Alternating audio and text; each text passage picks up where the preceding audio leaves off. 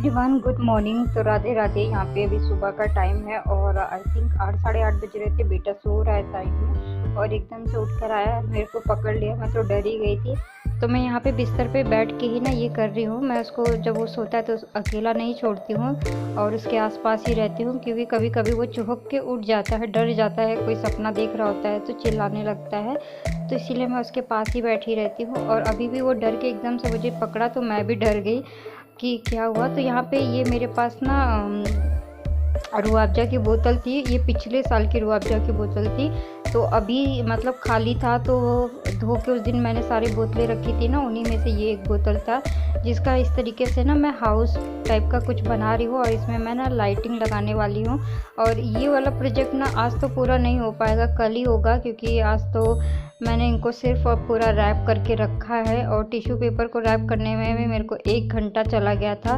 और क्योंकि ये टिश्यू पेपर जो है खिसकते रहते हैं, तो 1 घंटा मुझे लग गया इसको रैप करते करते। 8 बजे बैठी थी तो 9 बजे उठी हूँ। जब बेटा उठ गया है तो उसके लिए मैंने चाय बनाई। यहाँ पे मैंने चिड़िया विड़िया सब बना दिया है। और ये सभी जितने भी आपको दिख रहे हैं ना, ये सब ऑलरेडी मैंने कार्डबोर्ड से रात को ही लगा के सोई थी, कटिंग वगैरह करके, ताकि सुबह उठ के बस मैं इस पर टिश्यू पेपर चिपका पाऊँ। और टिश्यू पेपर भी लगाना कोई आसान नहीं था, बहुत जो है डिफ़िकल्ट था। ये देखिए, एकदम से आया, मेरे को पकड़ लिया। मैं तो डर गई कि मतलब कौन है। ध्यान से उतर जाता है ना कभी कभी कि हाँ। तो चलो everyone, good morning, Radhe Radhe. Style with Shalini में आप सभी का स्वागत है और मैं हूँ शालिनी। तो कैसे हो गाइस आप सभी? आई होप कि आप लोग अच्छे होंगे। अभी मैं जस्ट एक DIY करके फ्री हुई हूँ और मैं करने जा रही हूँ अपने किचन की साफ सफाई। तो मैंने सोचा चलो वीडियो की स्टार्टिंग कर देते हैं। अभी चाय भी बनानी है मुझे, बच्चों के लिए और अपने लिए भी, क्योंकि मैंने अभी तक चाय नाश्ता नहीं किया है। हस्बैंड जो है चाय नाश्ता करके चले गए। टिफिन में मैंने उनको फ्राइड राइस बना के दे दिया था जल्दी जल्दी में, क्योंकि आज मेरी तबीयत ठीक नहीं है। कल मैं बहुत ज़्यादा चली हूँ पैदल, जिसकी वजह से मेरे पैरों में, कमर में रात भर बहुत ज़्यादा दर्द था। मैं पीट पीट के पैरों को सोई हूँ। तो चलिए स्टार्ट करते हैं काम। अभी काम कुछ भी हुआ नहीं है, साफ़ सफाई नहीं हुई है, किचन को थोड़ा सा सही करना है मुझे आज। लेकिन मेरे पैरों में तो बिल्कुल भी जान नहीं है। खाना भी बनाना है साथ के साथ। ये देखो क्या लग गया। ओके गाइस, तो गुड मॉर्निंग। अभी सुबह का 9:30 बज रहा था, तो मैं किचन में आई। जो है बेटा उठ गया था तो उसके लिए मैंने सोचा चाय बना दो, और बेटी भी उठ गई थी।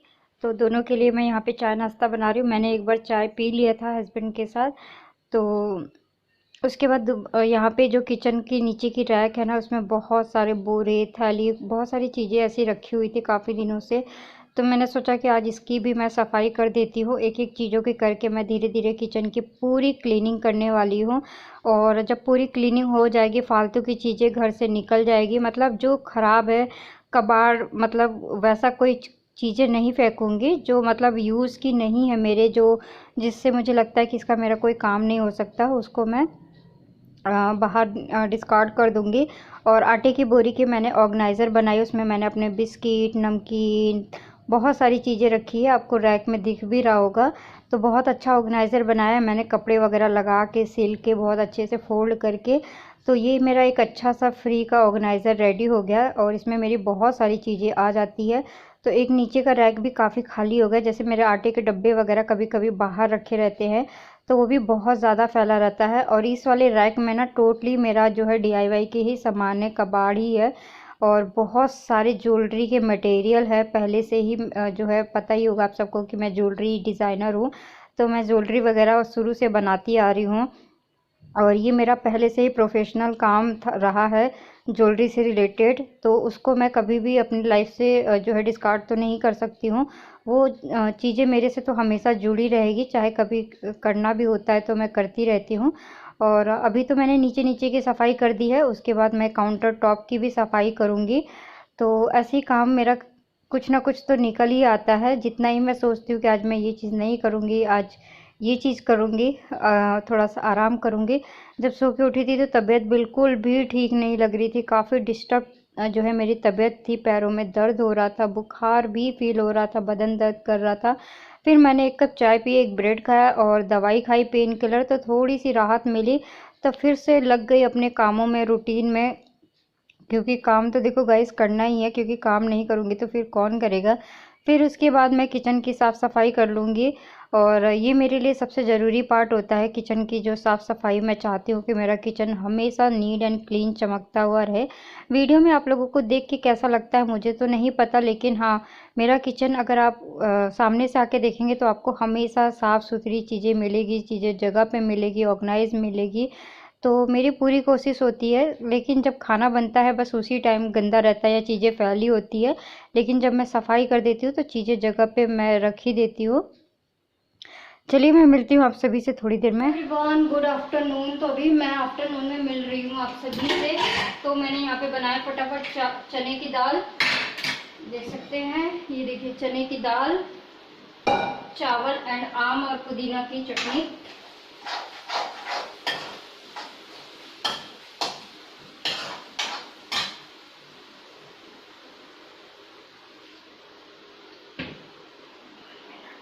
तो अभी मैं नहाई नहीं हूँ, मैं पहले फटाफट खाना बनाऊंगी, उसके बाद नहाऊंगी, क्योंकि मैं ऑलरेडी बहुत ज़्यादा लेट हो चुकी हूँ खाना बनाने में। तो पहले खाना बनाएंगे, उसके बाद नहा कर आऊँगी। चटनी मेरी बन चुकी है, चलो इसको निकाल लेते हैं बर्तन में। तो आम की चटनी, पुदीने की चटनी मुझे तो दाल चावल के साथ बहुत ज़्यादा पसंद है।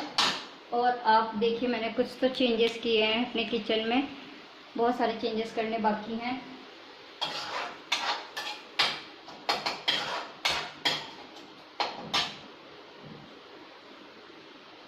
तो चावल भी ऑलरेडी हो चुके हैं, यहाँ पे लगा रही हूँ मैं, तड़का बना रही हूँ दाल का मसाला।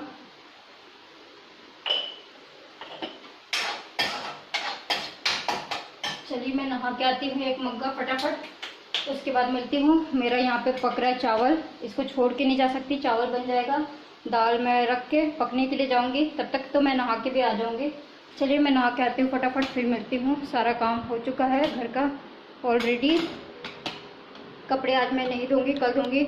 हालत देख रहे, शक्ल देख रहे, घर की साफ़ सफाई, किचन की साफ़ सफाई करते करते ना बहुत बुरे हालात हो गए हैं मेरे। चलो मिलती थोड़ी देर में। के आ गई हूँ और मैंने ये वाला टी शर्ट डाल लिया है, क्योंकि कल मैंने इसको बिल्कुल भी नहीं पहना था, सिर्फ 5 मिनट के लिए पहना था, उसके बाद निकाल दिया था।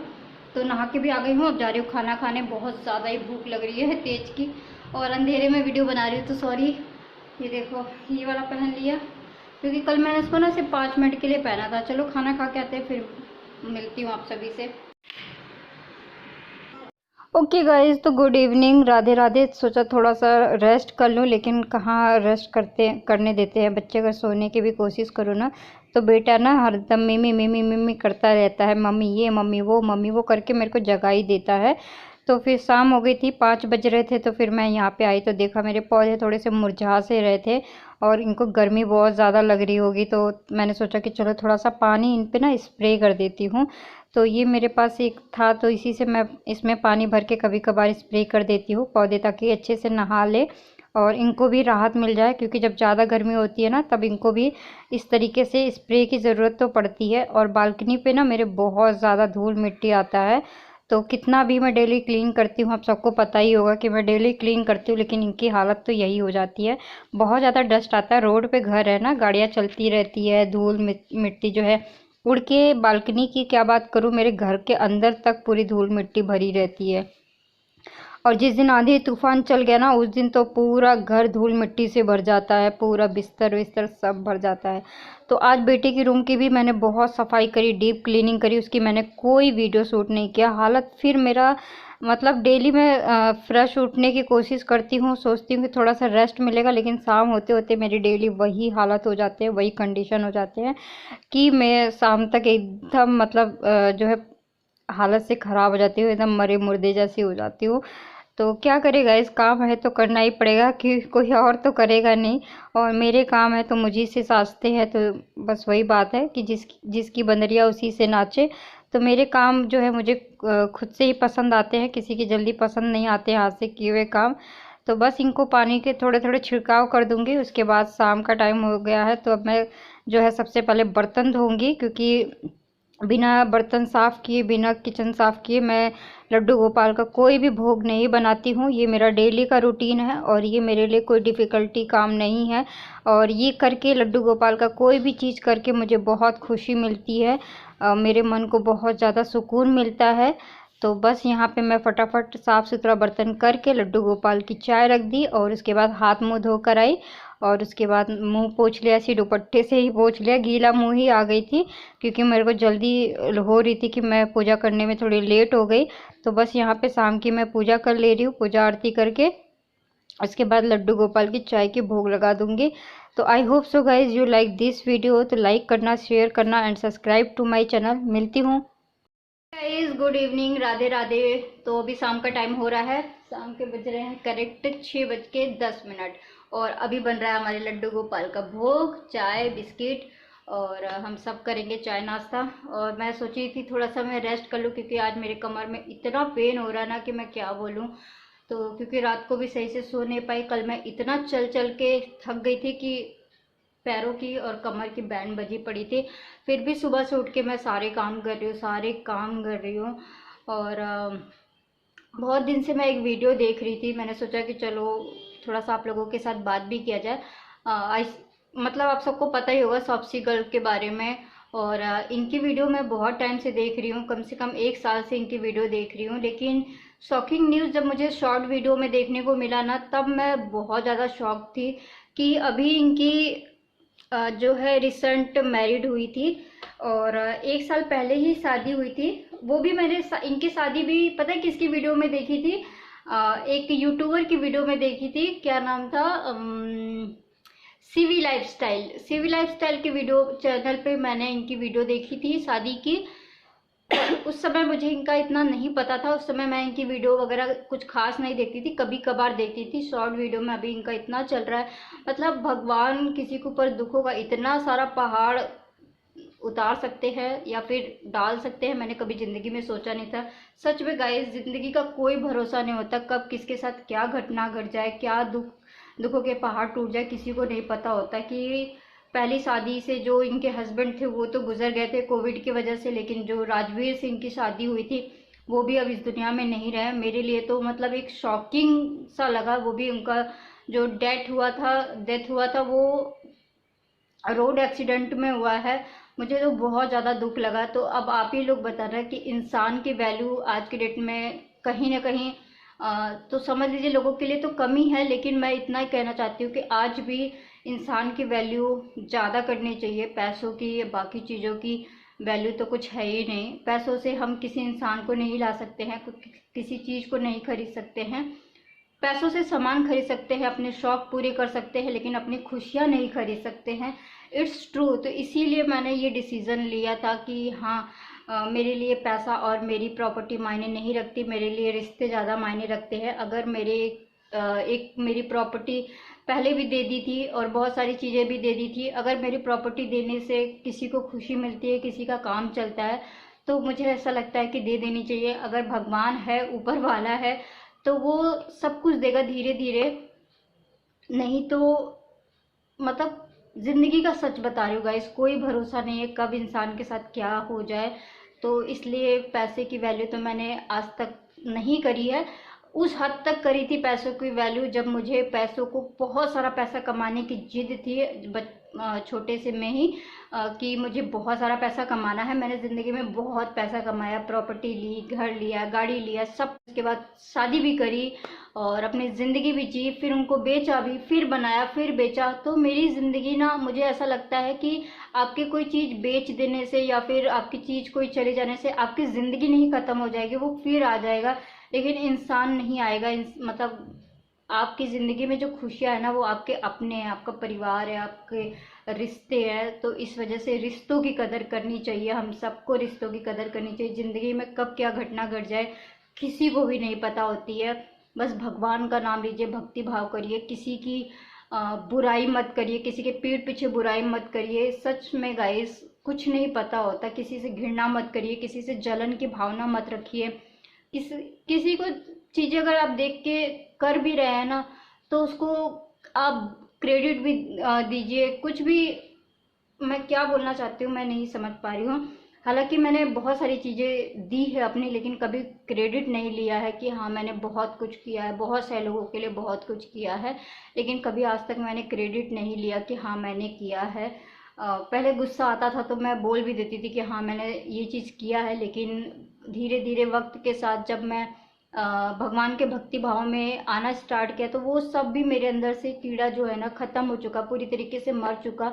बिल्कुल दिमाग में दूर दूर तक नहीं आता है किसी की बुराई करना, किसी की निंदा करना। अभी आप लोग देखे होंगे कि अभी कुछ टाइम पहले मेरे ससुराल वालों ने इतने अच्छे रिलेशन थे, लेकिन फिर अचानक से उन्होंने खुद रिश्ते बिगाड़ लिया। फिर भी मैं कुछ नहीं बोलना चाहती हूँ, किसी की बुराई नहीं करना चाहती हूँ, किसी के बारे में गलत सलत नहीं बोलना चाहती हूँ। बस जो कुछ भी है ना भगवान के हाथ में है। आप जैसा करोगे ना, पीठ पीछे आप किसी का बुरा सोच रहे हो ना, तो घूम फिर के आप ये चीज याद रखना कि आपका बुरा होना तय है। आप ये मत सोचो कि आप किसी का बुरा सोच रहे हो, किसी से जलन की भावना रख रहे हो, जलन की भावना में आप किसी के साथ गलत कर रहे हो, किसी के बुरा कर रहे हो, तो वो आपके साथ अच्छा होगा कभी नहीं होगा। आप अपना अच्छा सोच के दूसरों का बुरा कर रहे हैं ना, तो आपके साथ भी 110% बुरा होगा ही होगा, क्योंकि ये धरती गोल है और घूम फिर के वो वहीं पे आनी है। तो आपके साथ भी वैसा ही हो सकता है जैसा आप दूसरों के साथ सोच रहे हो और कर रहे हो। तो इसलिए मैं बोलती हूँ कि किसी का बुरा मत सोचिए, किसी का बुरा मत बोलिए, किसी के बारे में गलत मत सोचिए, किसी से जलन की भावना मत रखिए, क्योंकि आप अपना खा रहे हो, लोग अपना खा रहे हैं, अपनी अपनी जिंदगी हर कोई जी रहा है, तो मतलब किसी से जल के फूक के क्या मिल जाएगा? कुछ मिल जाएगा? नहीं मिल जाएगा। तो यही सारी चीजें सोचते हुए कि मैंने पहले भी दे दिया था अपनी चीजें, और वो बहुत खुश है। उन सब पैसों की वजह से उसने घर ले लिया, अपनी जिंदगी अच्छी जी रहा है। तो मुझे ज्यादा खुशी है इस बात से कि इन सब चीजों की वजह से अगर मेरी मेहनत किसी के काम आ रही है ना, तो बहुत मुझे ज्यादा खुशी मिली है। तो अभी भी मैं बहुत खुश हूँ। एक मतलब कुछ लाख रुपए आप कितना दिन खा लोगे? कुछ ले लोगे, ज्यादा से ज्यादा गाड़ी ले लोगे, कुछ बना लोगे, कुछ खरीद लोगे, लेकिन आप किसी को दुख देके वो चीजें खरीदोगे ना, तो शायद वो कहीं ना कहीं फलित भी नहीं होगा। हालांकि चीज मेरी है, अपनी खुद की मेहनत की है, मेरी खुद की कमाई की है, मैंने दिन रात एक किया है। मैंने अपने पेट पे अपने बच्चे को अप्रैल में बांध बांध के स्कूटी से ले लेके सुबह के 9 बजे जाती थी, बिजनेस करती थी, अपना घर संभालती थी, सब कुछ करती थी। और अपनी मेहनत से बहुत कुछ मैंने बनाया भी है, गवाया भी है, फिर बनाऊंगी, फिर गवाऊंगी, फिर बनाऊंगी। यही इसी का नाम जिंदगी है। शायद कभी दुख कभी सुख आते रहता है। भगवान चाहेंगे तो सब कुछ मिलेगा, भगवान नहीं चाहेंगे तो कुछ नहीं मिलेगा। क्योंकि कहते हैं ना कि आपकी मर्जी नहीं चल रही होती। आपको ऐसा लग रहा था कि आपकी मर्जी से सब कुछ हो रहा है, लेकिन आपकी मर्जी नहीं चल रही होती। मर्जी जो है ऊपर वाले की ही चल रही होती है। आपकी मर्जी, आप कितना भी दिमाग दौड़ा लो, दिमाग के घोड़े दौड़ा लो, आपकी कोई मर्जी नहीं चल रही होती है। मैं वही सोच रही हूँ कि 1 साल पहले जो शादी की गई, शादी की, दोबारा अपने देवर से शादी करी, बेचारी की क्या किस्मत है। 2 छोटी छोटी प्यारी प्यारी बच्चियां, और अब जो है राजवीर भी इस दुनिया में नहीं है, तो वो बेचारी टूटेगी नहीं। उसकी जो बातें मैंने सुनी ना, मेरे को इतना हौसला मिला कि अभी भी मैं टूटूंगी नहीं। अभी भी मैं अपने बच्चों के लिए जीऊंगी, अपने परिवार के लिए जीऊंगी, अपने ससुराल वालों के लिए जीऊंगी। अब ये सोच के देखो कि उसके ससुराल वाले कितने अच्छे, कितने सपोर्टिव हैं। भगवान करे ऐसे ससुराल वाले हर लड़की को मिले, हर एक घर में जितनी भी बेटियां हैं ना, सबको ऐसा ससुराल मिले, तो उस लड़की की ना जिंदगी संवर जाएगी।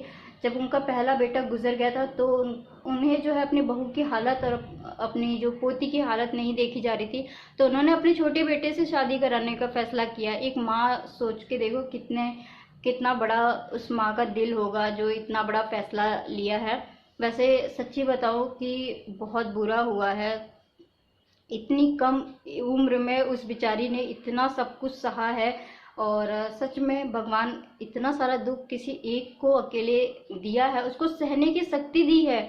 सबसे बड़ी बात ये है कि ये सारी चीजें ना एक औरत ही सह सकती है। आदमी शायद कहीं ना कहीं टूट जाता, फिर भी वो अपना हिम्मत और अपना हौसला नहीं हार रही। अगर हम मतलब कोई और होता ना, तो कब का हार जाता, टूट जाता, टूट के बिखर जाता।